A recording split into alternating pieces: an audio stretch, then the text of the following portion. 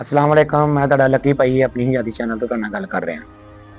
अज का जिहड़ा वाकया ना, ये मेरा चाचा अरशद नाल वाकया पेश आया। तो वह ना अपने जवानी दौर का वाकया सुनाता सी। कहंदा मेरे जवानी च मेरे इदां होया कि मेरे ना होण लग पई दाड़ च दर्द। हुण तुसीं लोग भी कहंदे ने चाचे अरशद दे पिछे बहुत पिया वा, पिछे नहीं पिया, वो बंदा है ही इदां दा वा कि ओहदे पिछे पैना ही पैंदा वा। किते वक्त आया तो मैं तुहानूं ओहदी रियल वीडियो भी भेजूंगा।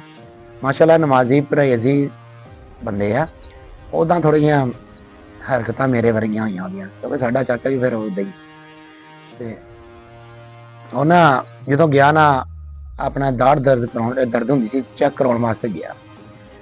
यानी कि ना इन्नी ज़्यादा चाचे की उम्र सी ते ना ही इन्ना बुढ़ा सी ते ना ही इन्ना जवान सी। उन्होंने कहना जवानी बारे दा मेरा वाकया मेरे दाड़ दर्द बड़ी होवे।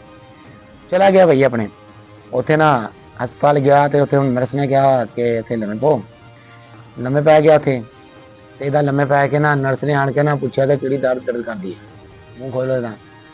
ते अगे चाचे दे ज़हन च भी शैतानी च फड़क गए। जवानी सी, इश्क हो जांदा बंदे नूं, बड़े बड़ियां नूं इश्क हो जांदा। चाचे ने उन्होंने कहता कि तेरा हथ लगदे सारी राम आ गया। जो चाचे ने इन्नी गल कही नर्स भाई गर्म हो गई। नर्स कहती कि हया कर, शर्म कर, तेनों हथ लगदे किदां राम आ गया। चाचे ने जो वाकया दसिया, मैं चाचे ने पूछा, मैं कहा चाचा कि वाकया तेनों राम आ गया सी या उहदे देख के तेनों राम आया कि सोहनी सी? चाचा कहता बस राम आ गया, पता नहीं लगा कि उहदे देख के आ गया या ज़हन वो दर्द तो हट गया, पर उस टाइम राम आ गया। ठीक है ना, उन्होंने मैं कह बैठा कि राम आ गया तो भाई वो हो गई मेरे नाल गर्म। वो कहे कि तेनों शर्म नहीं आती, तू इदां दी गल्लां करदा कि हथ लगा तो राम आ गया, तेरे घर है नहीं, इंज है नहीं, उंज ने किन्नियां सुणातियां। चाचे ने फिर चाचे का कुलिया नंबर 45 नंबर वही, नहीं तू तो मेरी धी हाँ, तू मेरी धी हाँ, धी तू कह के फिर उत्थे जान छड़ा ली। जान छड़ाई चाचे ने कि चलो धी भैन करके जान छड़ाई। ते उन्हें भी फिर पुट्टन वारी आई ना वारी, उन्होंने भी फिर चंगी तरह इंजैक्शन है ना इंजैक्शन वो ना लाया, यानी कि दर्द वाला इंजैक्शन ना लाया, उदा ही पुट्टिया। उन्हें कहा कि चाचा तेरी सेहत कमजोर आ, जो इंजैक्शन लाया तो मसला बनेगा।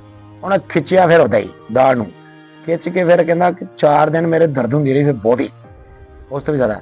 क्योंकि जो किसी हाल तुसीं इदां कहना वा, जवानी वारा सी चाचे का भी, उदों चाचे ने इश्क जिहड़ा फस्ट अखां नाल ही हो जांदा, वो हो गया सी नर्स नाल। ते बाकी फिर इदां फिर उन्हें फिर चंगी तरह इश्क उन्हें कढ़िया दाड़ चों ऐ पुट के चंगी तरह दर्दां करके। बाकी इदां दा वाकया तुहाडे नाल किते होया होवे दस्सिओ जरूर, ठीक है ना। बाकी अपने दुआ याद रखियो, बड़ी मेहरबानी, अल्लाह हाफिज़।